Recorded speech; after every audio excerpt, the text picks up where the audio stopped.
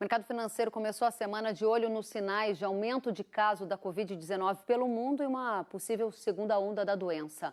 Ontem, o registro de novas infecções bateu recorde nos Estados Unidos e a China ordenou o confinamento de quase 500 mil de pessoas ao sul de Pequim.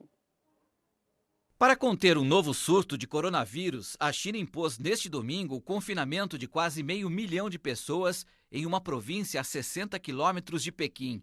Segundo o governo do país, os novos casos foram registrados em um grande mercado atacadista de alimentos. O representante da prefeitura de Pequim qualificou o surto como grave e complicado, alertando que a cidade precisa continuar rastreando a propagação do vírus.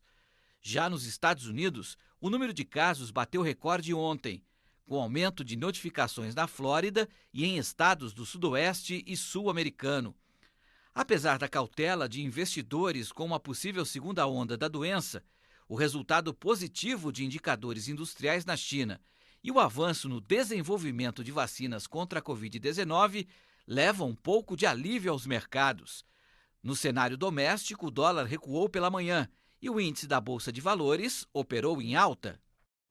Vamos agora à atualização do Ibovespa e do dólar, A gente tem índice da Bolsa de Valores de São Paulo neste exato instante com alta de 0,51% aos 94.317 pontos e o dólar, a gente observa também a variação da moeda norte-americana. Neste momento vale 5,45 mais 4, uma variação de 0,11% para baixo, ou seja, uma queda. E em 2020, a moeda norte-americana acumula alta de 36,1%. A expectativa do mercado, divulgada hoje no Boletim Focus, aponta câmbio a 5,20 no fim do ano. A pesquisa é feita com 101 instituições financeiras do país.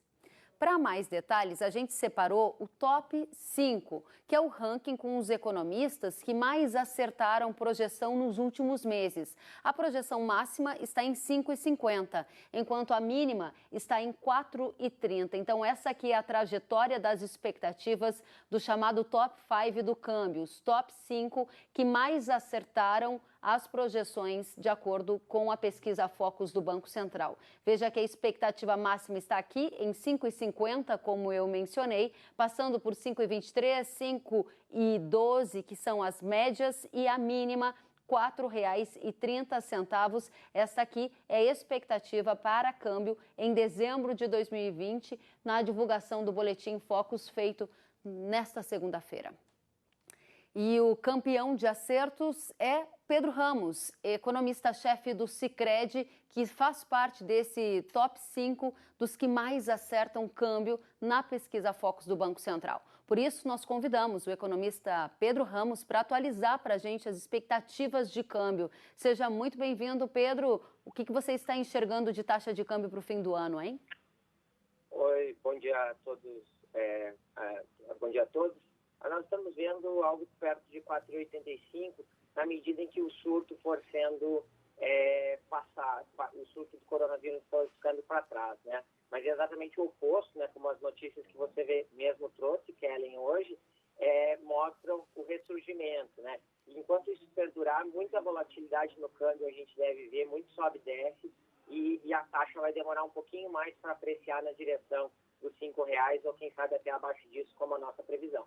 A questão que mais pesa na sua expectativa de taxa de câmbio abaixo de 5, você falou em cerca de 4,80 para dezembro, é o controle da pandemia, o controle da doença ao redor do mundo. As questões políticas, domésticas, a questão do déficit fiscal aqui no Brasil, tem algum impacto na sua leitura de cenários?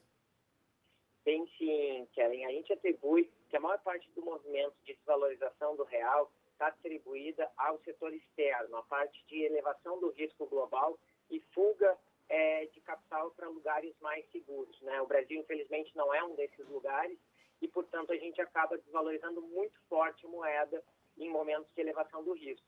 Quando passar a pandemia, quando ela estiver em vias D, provavelmente a gente vai ver uma apreciação, a molde que nós vimos até no último mês, quando a tensão com os Estados Unidos e Europa com o vírus parecia ter chegado no fim, não tinha o surto da China, e o câmbio chegou abaixo de R$5. É isso que a gente imagina lá para frente, mas agora essa segunda onda foi um pouco de cautela nesse cenário que pode ser de mais volatilidade, como eu mencionei. Então, esse é, digamos, o driver principal. Sobre a parte doméstica, o Brasil tem que fazer o tema de casa, tem que voltar para a agenda de reformas, que o Covid acabou evitando a gente avançar mais com ela, mas assim que possível, a volta da agenda de reformas é peça-chave para que nós possamos ter esse câmbio apreciado. Senão, o câmbio certamente não vai ir para a projeção que nós estamos apontando para o final desse ano. Bom, então tem que ter agenda de reformas pós-pandemia, somada a um ambiente de controle relativo da doença ao redor do mundo, para que até o fim do ano o dólar acabe recuando um pouco mais e chegando à taxa de 4,80 prevista pelo Sicredi. Ou seja, em outras palavras, o que você está dizendo é que nós estamos em um dos picos do dólar. Se essa condição que você coloca se confirmar, a tendência da moeda é de queda ao longo dos próximos meses. Pergunta, mesmo com previsão de Selic caindo mais, o próprio Boletim Focus de hoje revisa mais uma vez a Selic. Sim, a gente contempla isso nas nossas projeções, as próximas quedas de Selic. Nós estamos trabalhando agora com 1,75 de juros por término desse ano, né, nas próximas 2 reuniões do Copom. E isso, na verdade, vai fazer com que o câmbio não tenha uma apreciação maior, né?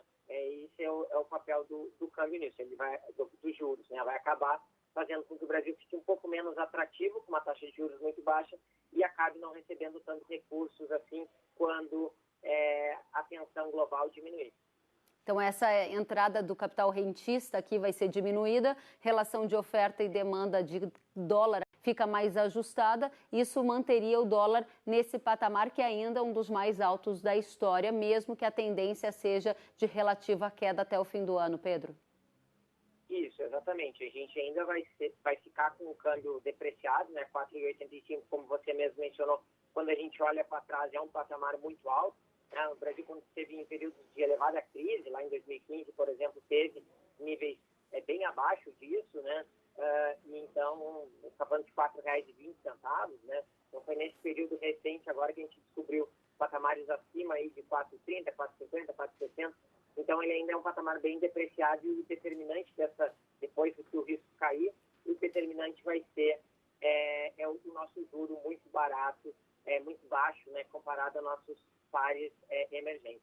Para a gente encerrar, Pedro, são 101 instituições financeiras que respondem à pesquisa Focus do Banco Central, projetando esses indicadores econômicos. Você já esteve aqui conosco entre os campeões de acerto na pesquisa, dos top 5 que mais acertam. Em mais uma rodada, você está aqui de novo. Onde você olha e para o que é determinante na sua previsão de câmbio que te leva a esse destaque, né, de campeão de acerto nesta pesquisa do Banco Central?